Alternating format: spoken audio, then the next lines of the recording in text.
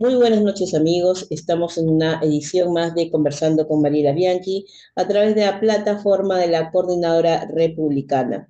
Queremos agradecer también la retransmisión a través del portal La Abeja, VHTV, tu canal por Cable Más, Ves Cable, Conectados TV y 40 operadores de cables a nivel nacional que retransmitirán esta entrevista. En esta oportunidad vamos a hablar de un tema que nos preocupa, el tema de la seguridad ciudadana, pero también la sentencia que ha emitido la Sala Constitucional de la Corte Suprema respecto a la prohibición de que el partido pues, Antauro Humala postule o esté dentro del rango para poder postular a las elecciones del 2026 y asimismo también vamos a hablar un poco del tema del orden interno, de la situación que ahora estamos viviendo con respecto al sicariato. Para ello tenemos a un experto en estos temas, el exministro Gastón Rodríguez, general de la PNP, quien nos va a dar sus alcances y sus apreciaciones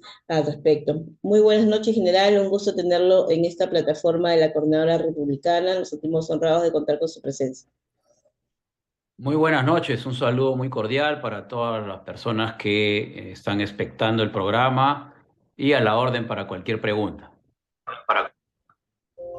General, bueno, todos estamos de alguna manera contentos por la emisión que ha efectuado la Corte Suprema, la Sala Constitucional de la Corte Suprema, respecto a ya la prohibición de que el partido Antauro Malo pueda pues, estar dentro de la carrera electoral para el 2026. O sea, a ellos como organización política, aunque a él no se le ha impedido que tenga la opción de postular a través de cualquier otra plataforma que estamos seguros que intentará hacerlo, subirse a cualquier bus parrandero para intentar llegar pues, a la presidencia.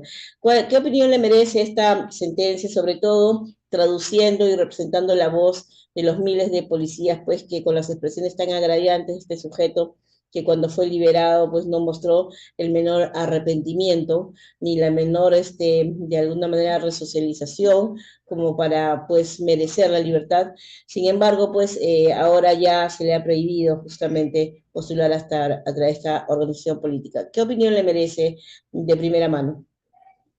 Bueno, en primer lugar, yo saludo esta decisión de la Sala de Derecho Constitucional de la Corte Suprema de Justicia, que, como dice la palabra, ha hecho justicia con policías asesinados a mansalva dentro de una vorágine de violencia que provocó este sujeto y que definitivamente le abrieron paso a insertarse en la política bajo la premisa de ser un justiciero y que muchas veces, debido a que la democracia tiene también sus fallas y genera espacios para que este tipo de ideas recalcitrantes, trasnochadas y sin ninguna razón puedan tener asidero en ciertos estamentos de nuestra sociedad.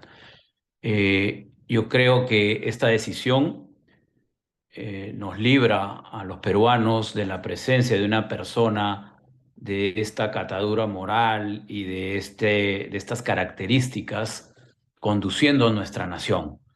Quien provoca o quien lidera el movimiento para eliminar, para quitar la vida a otras personas, en especial a quienes resguardan la ciudadanía y son los titulares del orden interno, es decir, a los policías, definitivamente es una persona que no reúne las condiciones, las cualidades ni la integridad para poder formar parte del gobierno que conduzca a todos los peruanos. En esa parte, esa es mi opinión, pero además de ello, yo creo que es un sujeto que con las ideas que ha estado pretendiendo plantear, con las continuas declaraciones, no solo altisonantes, sino además absolutamente fuera de lugar, indicando en la última de ellas solamente que no está resocializado y que la democracia la catalogó de prostituta, ¿no? Que tiene ideas trasnochadas como de ir a España en un avión y secuestrar al rey de España y cosas que parecieran pues realmente inverosímiles, pero que definitivamente deben de causar la preocupación de todos aquellos ciudadanos de bien que queremos vivir en democracia y sobre todo una democracia que cada vez le dé más oportunidades al país, a nuestros hijos y al futuro de nuestra nación, ¿no? Es cierto que hay que mejorar también con los líderes que vayan apareciendo y que planteen situaciones que realmente el país las pueda aprovechar y no expectar tranquilamente este tipo de ideas recalcitrantes y de ideologías perversas que van tratando, como te digo, de ganar un espacio y eso es algo muy peligroso.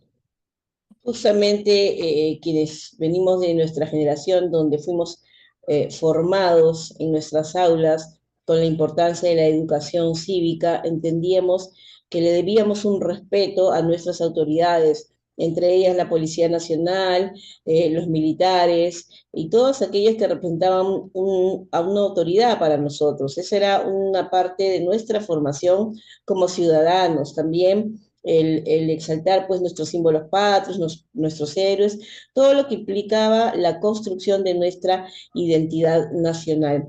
Y este señor antisistema, antidemocracia, antiestado, anti todo, viene a romper, a quebrantar justamente todo aquello que forma las columnas vertebrales de la estructura del Estado mismo como nación. Y ahí la pregunta que le hago es, el desafío de afianzar o retomar la parte de formación cívica y de educación desde las aulas escolares y universitarias, sin duda debe hacerse.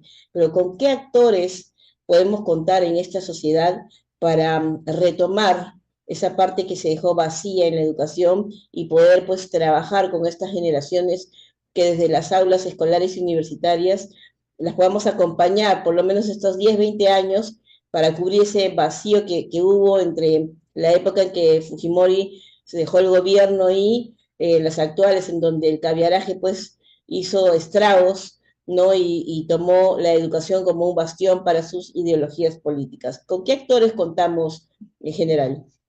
Fíjate, muy interesante la pregunta, es bastante amplia en su espectro, pero te diría que en una de las últimas entrevistas que yo tuve, justamente señalé lo que tú has indicado, la pérdida de valores, la falta de reforzamiento de la identidad nacional, son situaciones que las aprendimos con cursos de educación cívica, incluso ese cariño por nuestras fuerzas del orden, como lo hay en otros países, a través de lo que era el servicio militar obligatorio, en unos casos voluntario, en otros casos, pero que nos permitía de una u otra forma siempre valorar lo que como país teníamos para protegernos, ¿no?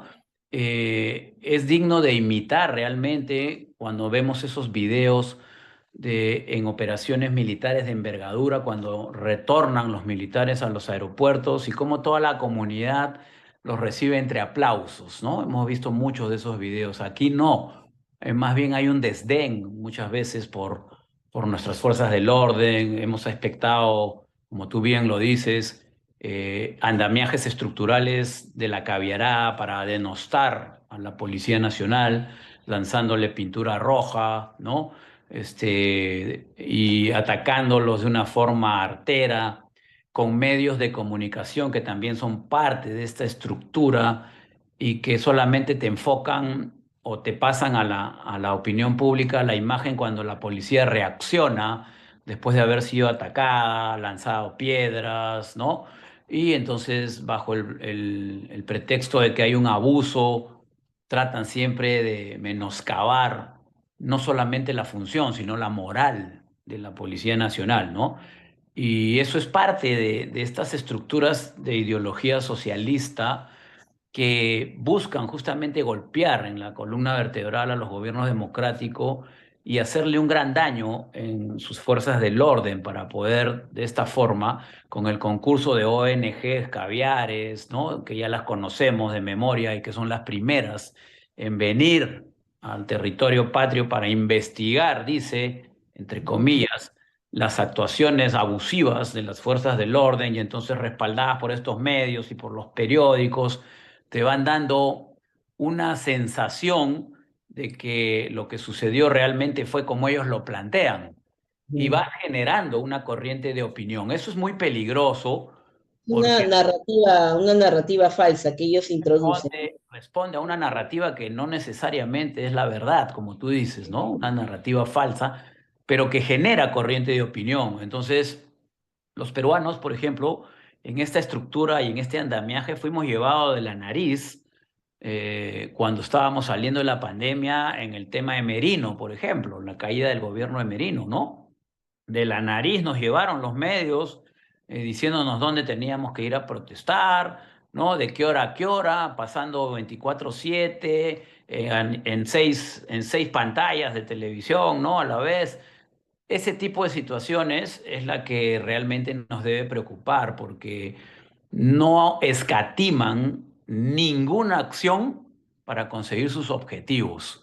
Entonces, dentro de eso, respondiendo a tu pregunta sobre la educación, hemos visto también que han logrado elaborar ellos un diseño de esta estructura en donde coparon todo el sector educación y todo el sector cultura, ¿no? De manera tal de que poder revertir eso yo creo que es una de las principales acciones de un futuro gobierno, porque cuando tú estás en el aparato público, Mariela, la situación se ve con una serie de situaciones por realizar que muchas veces quisieras empezar haciendo todas, pero que las vas priorizando.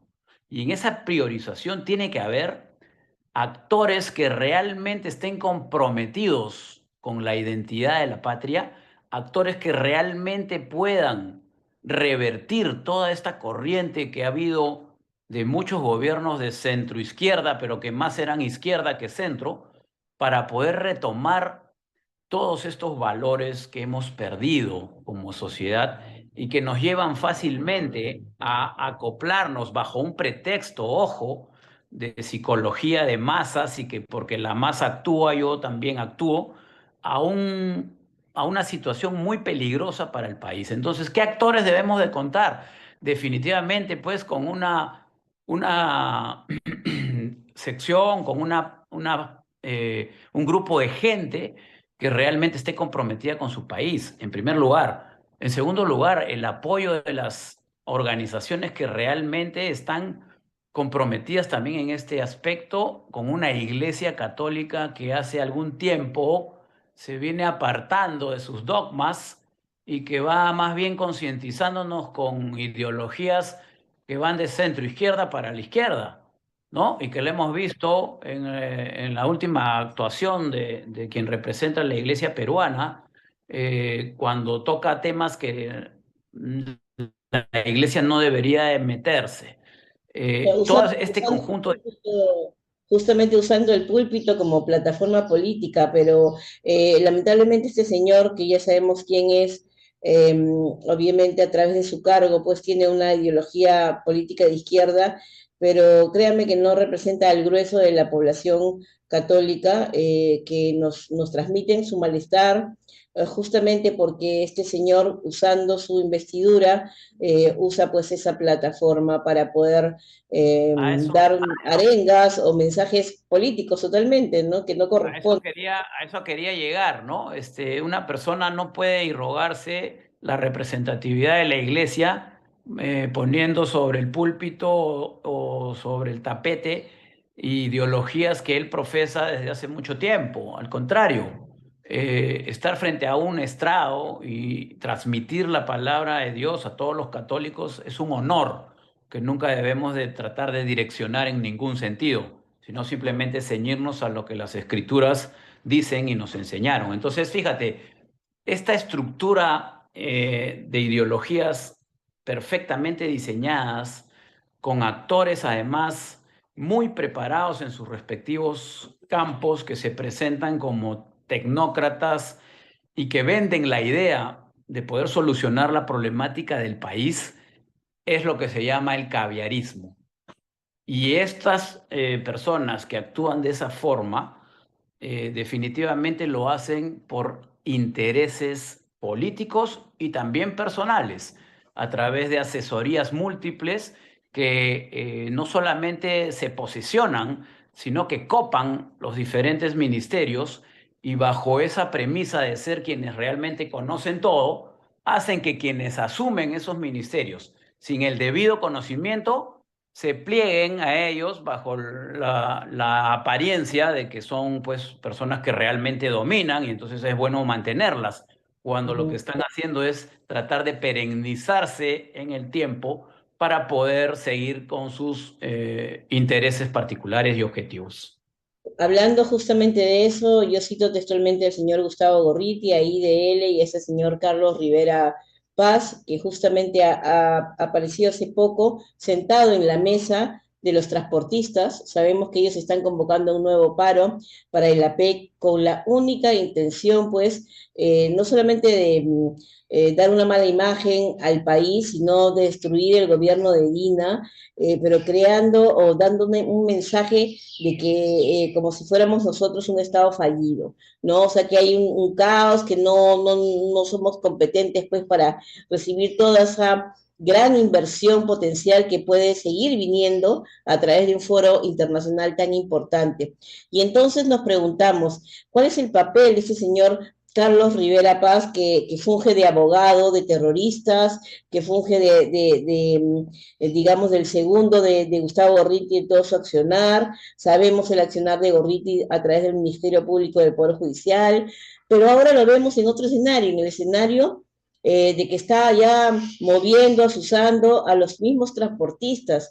Entonces lo vemos ya dando la cara como un actor político, ya no detrás, sino directamente sentado ahí, como dando el mensaje de que él está formando parte de esta revuelta para obviamente que era el gobierno de Dina, pero al margen de la continuidad o no del gobierno de Dina, es que preocupa pues para el orden democrático que estos señores tengan tanto poder, que tengan tanta sinvergüenzura de salir abiertamente pues a dar la cara y decir, sí, nosotros estamos tras todo esto, ¿no? Tras este paro, este planeamiento de paro, ya lamentablemente los transportistas que en algún momento pues todos apoyamos su protesta porque estaban siendo distorsionados, ya metieron su mano contaminante para usarlos como una plataforma política para obviamente sus intereses, ¿no? ¿Qué opinión le merece? Tú has definido tal cual como son las cosas, que es ese señor, es parte de esa estructura, que definitivamente como hay un Gorriti golpeado, diezmado, presentado en unas diferentes situaciones, ¿no? Por diferentes medios para también soslayarlo un poco, buscan nuevos protagonistas. Aquí el tema es que ellos se sienten impunes porque gran parte de la fiscalía está controlada por ellos y porque son quienes anuncian las primicias de los casos más emblemáticos, son, como hemos visto, quienes direccionan a las investigaciones fiscales, ¿no? Y entonces les da pues el desparpajo de poder salir a los diferentes medios y de enfrentarse al gobierno de turno de la forma más, digamos, perversa y además antojadiza porque no tienen ningún parámetro. Entonces, aquí el hecho de estar convocando a una marcha que ha sido desnaturalizada, como bien lo dices, y que ahora más parece un tema político destinado a tumbarse el gobierno de Dina Boluarte, Y debería, parece que están buscando otro Inti Brian, ¿no? bueno, Pareciera. bueno, es parte de esta estructura, buscar su muerto para presionar aún más al gobierno, trayendo a todas esas ONG, buscando la condena internacional. Es decir, no les interesa el prestigio del país. Y lo estamos viendo ahora, mira, una inauguración de un puerto tan grande como Chancay, tan importante para nuestra economía se va a hacer por Zoom, ¿no? Y ¿cómo puedes explicar tú que un presidente de China viaje casi un día, ¿no? Hasta Lima, Perú, y no pueda viajar, pues, 10 minutos en helicóptero a Chancay para poder inaugurar algo que en lo que está su No, gobierno no comprometido? sabíamos eso, de que no iba a haber una inauguración presencial con el presidente de China. Qué lamentable, este general. Sí, por eso le digo, ¿no? Es increíble Y entonces yo creo que ya no tengo yo mucha esperanza en este gobierno que haga algo porque no hay un liderazgo conductual de la presidenta. Mm. Ella está pensando en otras cosas, pero tampoco podemos perder mucho En sus tiempo, ¿no? arreglos estéticos, ¿no? En sus operaciones de cirugía. Sí, pero no podemos perder mucho tiempo más porque todos los peruanos necesitamos salir adelante como nación. Mm. Y realmente esperar hasta el 2026, yo no sé si sea Ujú, una situación que podamos remediar después. ujú, Eh, entonces es importante que si se quiere mantener el statu quo, si hay el respaldo del Congreso, que es el único estamento que la puede vacar, entonces que busquen una alternativa que pueda ser, digamos, unirse todos los partidos políticos y nombrar un premier de consenso que sea el que realmente sostenga al país durante todo el 2025 para pasar sí. inmediatamente a elecciones, ¿no? Las fuertes, bueno, rumores que se han venido escuchando es que el gobierno de Dina pronto ya ella va a ser vacada, ¿no? Entonces hay esos rumores y la verdad es que todos quisieran que ya fuera abril del 2026 y que ya estuviéramos a puertas pues de poder pasar un nuevo proceso electoral. Y aquí lo que preocupa es si tenemos el marco adecuado para garantizar elecciones transparentes, si no tenemos todos actores que ya sabemos quiénes son, Corbeto, Velarde, eh, bueno, ya ha salido Salas Arenas, pero igual el engranaje pues de quienes operan en esas instituciones y todavía está permanente, está vigente ahí. Entonces, ¿cómo en ese escenario continuar con los mismos actores que en el 2021 nos generaron tanto cuestionamiento respecto a la transparencia de ese proceso que muchos pensamos que definitivamente hubo fraude, al menos para la primera vuelta? Y es lamentable, muchos no confiamos justamente en este sistema electoral. Pregunto, con esta nueva designación de los miembros de la Junta Nacional de Justicia, ¿habría una esperanza de pensar en que sí tenemos la posibilidad de tener elecciones transparentes? Fíjate, lo último que se pierde, dice, son las esperanzas, ¿no? Y creo que el Congreso de la República tiene muy claro el panorama del país. Lo que pasa es que priman más los intereses políticos, como te dije al comienzo. Y entonces, Ujú, conforme se va moviendo el tablero, se van dando acciones por parte de los partidos políticos. ujú, Creo que en las condiciones en las que está el gobierno ya está llegando al tope de estas alianzas, entre comillas, ¿no? O tácitas de repente, que las hemos visto por información de fuente abierta, por votaciones en diferentes circunstancias, ¿no? En la que ya se va agotando ese crédito y van a tener que actuar por presión del mismo pueblo. Yo creo ujú, que la elección de los nuevos miembros de la JNJ es un primer paso de tratar por lo menos de buscar que las elecciones se den dentro de un escenario que sea lo más transparente posible para evitar repetir historias como la nefasta elección última, ¿no? En donde así es. los protagonistas que debían de aclarar las cosas desde el primer momento, de poner orden, fueron los que más situaciones de duda crearon. Eso Ujú, tiene que corregirse para esta elección. Pero otra cosa más, veamos, estamos preocupándonos porque este gobierno ya termine de una u otra forma o que tenga una especie de un primer ministro que gobierne y que ponga las cosas como deben ser hasta el proceso electoral, sea cual fuera la circunstancia. ¿Qué pasa con los que vienen? Mira la ujú. cantidad de personas que se presentan, de partidos que se Son presentan, 95 y qué partidos cosa es lo que va a políticos, pasar. O sea, esto es hasta pareciera una situación poco seria, ¿no? Nunca en la sí, historia hemos tenido tantos candidatos, sí. tantos partidos y es que ahora qué cosa, creen que ser presidente o creen que trabajar en el gobierno es una cuestión fácil. Mm, Mire cómo le hemos degradado la institucionalidad presidencial y la mm, categoría de los ministros que cualquiera cree que puede llegar, ¿no? exacto. Y Mm, va a intentar hacer cualquier cosa. Entonces yo creo que aquí la población necesita de mucha información para poder por lo menos tener un panorama más claro de lo que podría darse en las próximas elecciones. Y vocación patriota también, porque vemos pues que muchos van a decir su voto en la cola, no se informan, no se ilustran, y otros prefieren irse a la playa, como distritos de Miraflores, Surco, San Borja, La Molina, no sé qué otro se me escapa por ahí, San Isidro. Son 5 distritos que su ausentismo en las últimas elecciones fueron muy grandes. Entonces ellos Falta de también son identidad, falta de identidad. corresponsables, Así es. claro, corresponsables de que haber permitido que un Castillo llegue para la segunda vuelta. Y para ir terminando, en general, ¿qué opinión le merece en líneas generales la gestión del ministro del Interior, Juan José Santibáñez? ¿Y cuál es la perspectiva que usted ve para el avance de este tema de seguridad ciudadana frente al actual panorama del orden interno que estamos viviendo en el Perú? Fíjate, comienzo por lo último.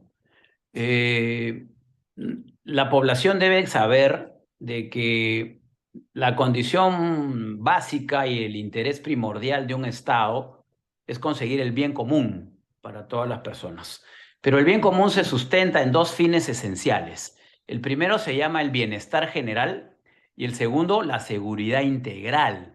Y aquí en la seguridad integral dice que es la situación en la cual el Estado garantiza su existencia, su territorio, su soberanía, su integridad y su independencia. Entonces, cuando hablaste tú hace un momento de Estado fallido, dentro del concepto de Estado fallido también se ve cuando un Estado no puede ejercer el uso legítimo de la fuerza y pierde su lucha contra la criminalidad en el control que le gana espacios dentro de su territorio.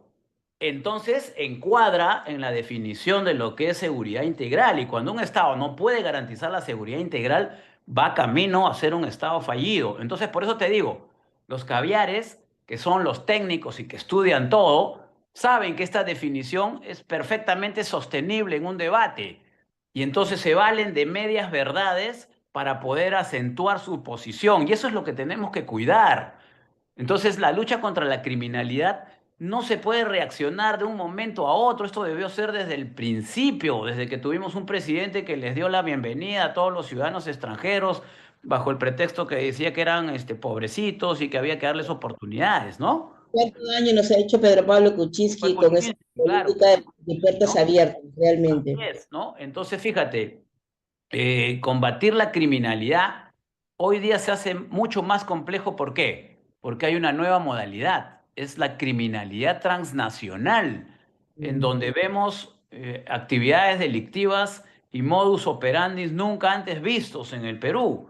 Y entonces, para luchar contra una criminalidad transnacional, no se puede seguir utilizando estrategias de hace 2 o 3 años atrás.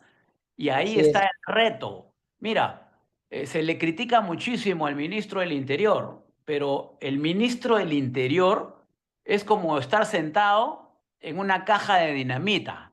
En cualquier momento estallas, no te encuentran ni el tobillo. ¿Y por Ujú. qué? Si no, vamos al mapa. El ministro anterior, Vicente Romero, lo iban a censurar en el Congreso, tuvo que renunciar. Lo reemplazó el ministro Torres, que no hablaba, que no sabía cómo comunicarse, decían los medios, al final se enredó en toda una maraña, también salió. Vino el ministro Walter Ortiz, también criticado.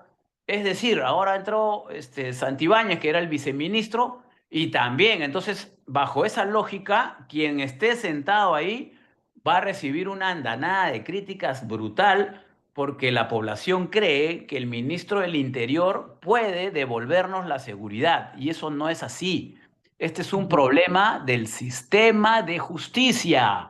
El Es. Ministerio del Interior va con la Policía Nacional solamente al tema operacional, ¿correcto? Pero si la policía tienes a los comisarios que te presentan todas las semanas a delincuentes que han caído 5, 6, 7 veces en su jurisdicción y siguen Sí, libres, ¿de qué estamos hablando?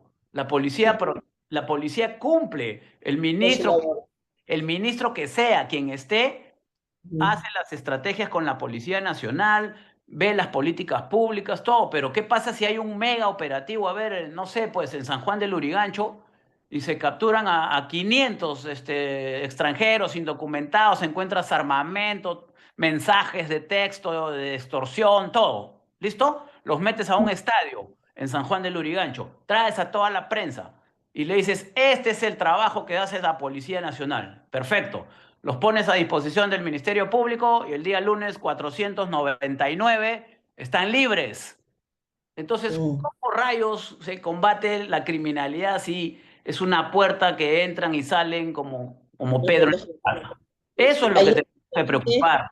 Y eso es ayer parte. justamente un detalle muy importante que se quejaba el ministro Santibáñez de que ellos se preocupaban en justamente apresar a los delincuentes, inclusive en fragancia, y que al día siguiente, a los 2 días, los fiscales los liberaban, Es jueces y así. fiscales, ¿no? Es así. Entonces, es más, he visto que ayer, antes de ayer, la congresista Tudela se fue al Lima Centro para ver justamente el despacho de flagrancia que se había implementado para que funcione pues la fiscalía, la No policía, hay el nadie juzgado, ahí, no hay nadie. y no había nadie del Ministerio Público. O Claro, es sea, así. Es, pintazos, ¿no? es O así. sea, Entonces, como te digo, y ahí viene otra parte que también es peligrosa. ¿Cuál es?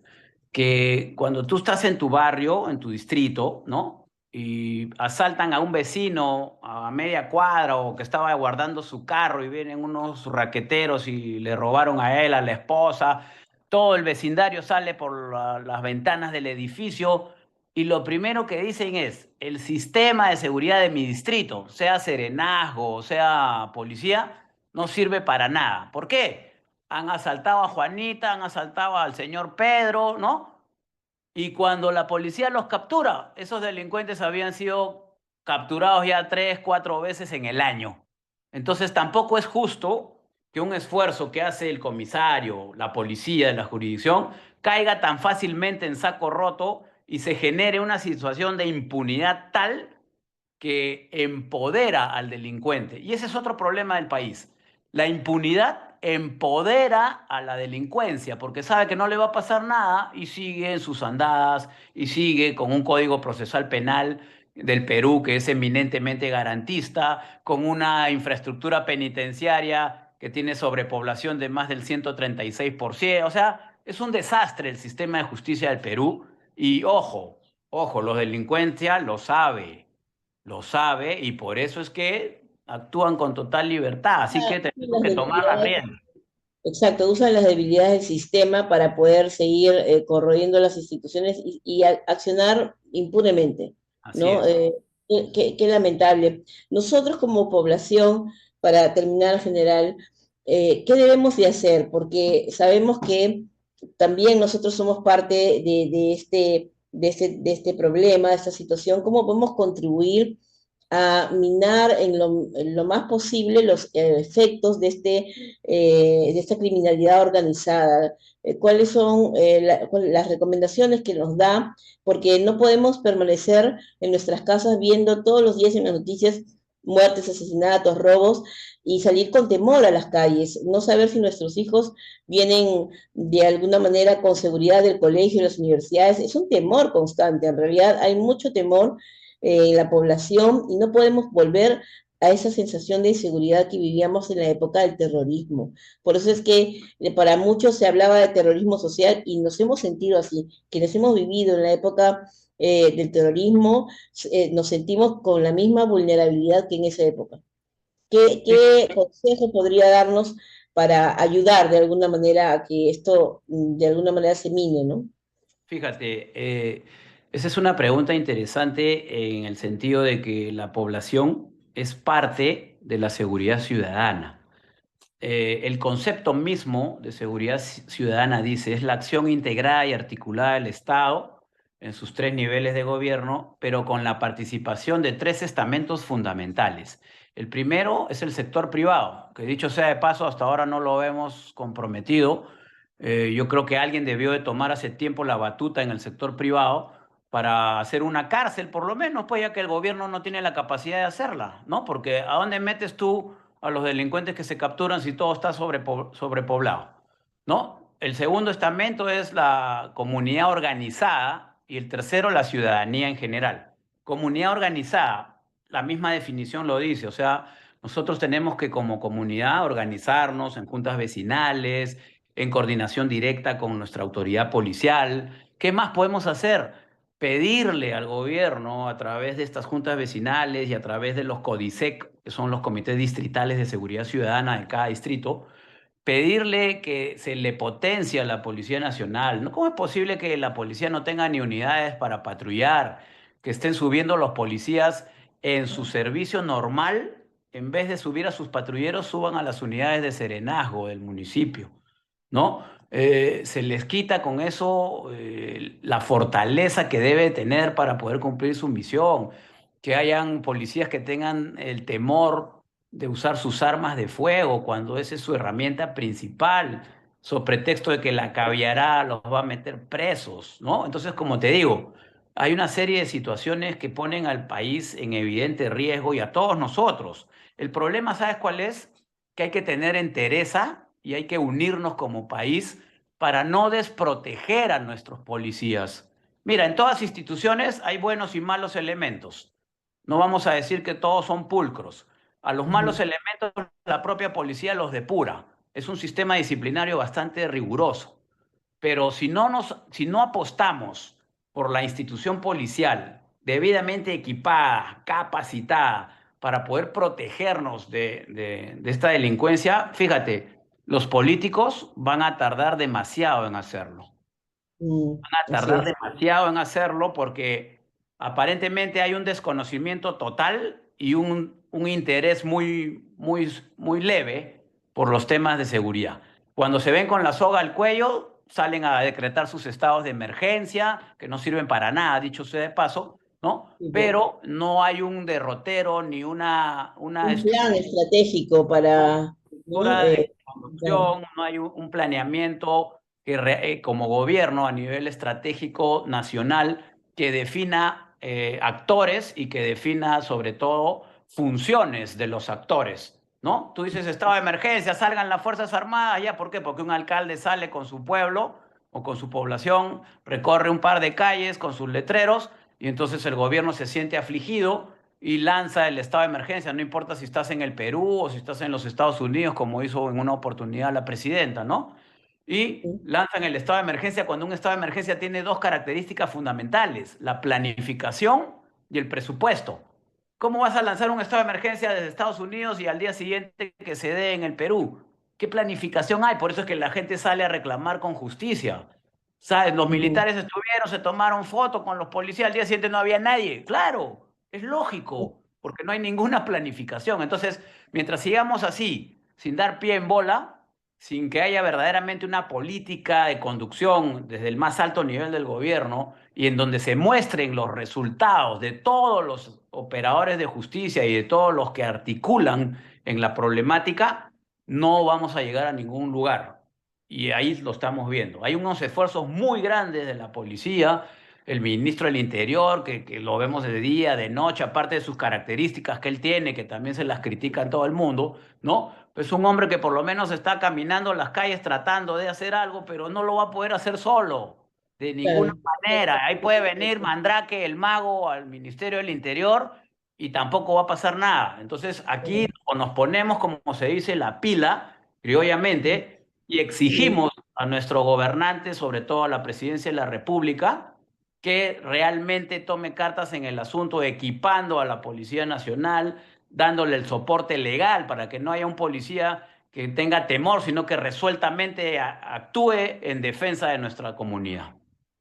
Muchas gracias, general. Efectivamente, el ministro de Interior señalaba hace poco en una conferencia de prensa que dio con el decano del Colegio de Abogados que habían 339 policías que estaban presos, que por haber intervenido con su arma de reglamento en delitos de flagrancia se habían encontrado pues con fiscales y jueces ideologizados de alguna manera y funcionales a ese sistema en donde los tenían pues presos. Y qué mal, porque definitivamente pues un policía va a tener que pesar 2, 4, 5 veces para usar su arma de reglamento cada vez que tenga que intervenir por el temor que ya le ha creado la Fiscalía y el Poder Judicial de meterlo preso. Entonces, ellos también son funcionales a la criminalidad organizada. Definitivamente tienen una gran responsabilidad en la situación que ahora estamos viviendo. Y por otro lado, yo le pediría un mensaje final de parte suya para toda la población que lo esté escuchando y unas recomendaciones quizás finales en esta etapa, ya a puertas casi de terminar el año 2024.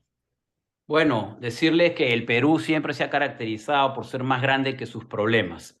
Somos una nación resiliente, que no nos arredramos ante ninguna adversidad, que los colores blanco y rojo de nuestra bandera eh, representan en esencia la paz, pero también la sangre que hemos derramado para poder consolidarnos como esta nación hermana, como esta nación tan fuerte que realmente sus raíces nos han llenado de virtudes, de cualidades, y hemos heredado una mística a prueba de cualquier cosa. El Perú lo ha demostrado cuando se une a través de su selección peruana de fútbol todo un país y es capaz de provocar un movimiento telúrico, incluso con la anotación de un gol. Esa misma esencia, ese mismo fervor, ese mismo patriotismo es el que debe de aflorar para sobreponernos a nuestros intereses personales y buscar los de la nación, buscar un consenso que realmente nos saque del depeñadero. Y en cuanto a lo que es la seguridad,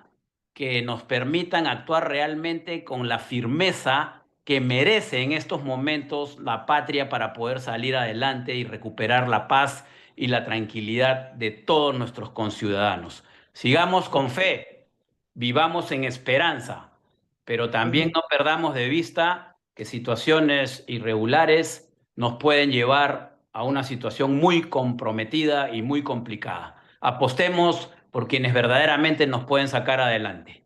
Muchas gracias. Muchas gracias, general, por su participación y desde ya esperamos contar con usted en otra oportunidad desde la plataforma de la Coordinadora Republicana. Muy buenas noches. Muy buenas Gracias. noches. Hasta luego.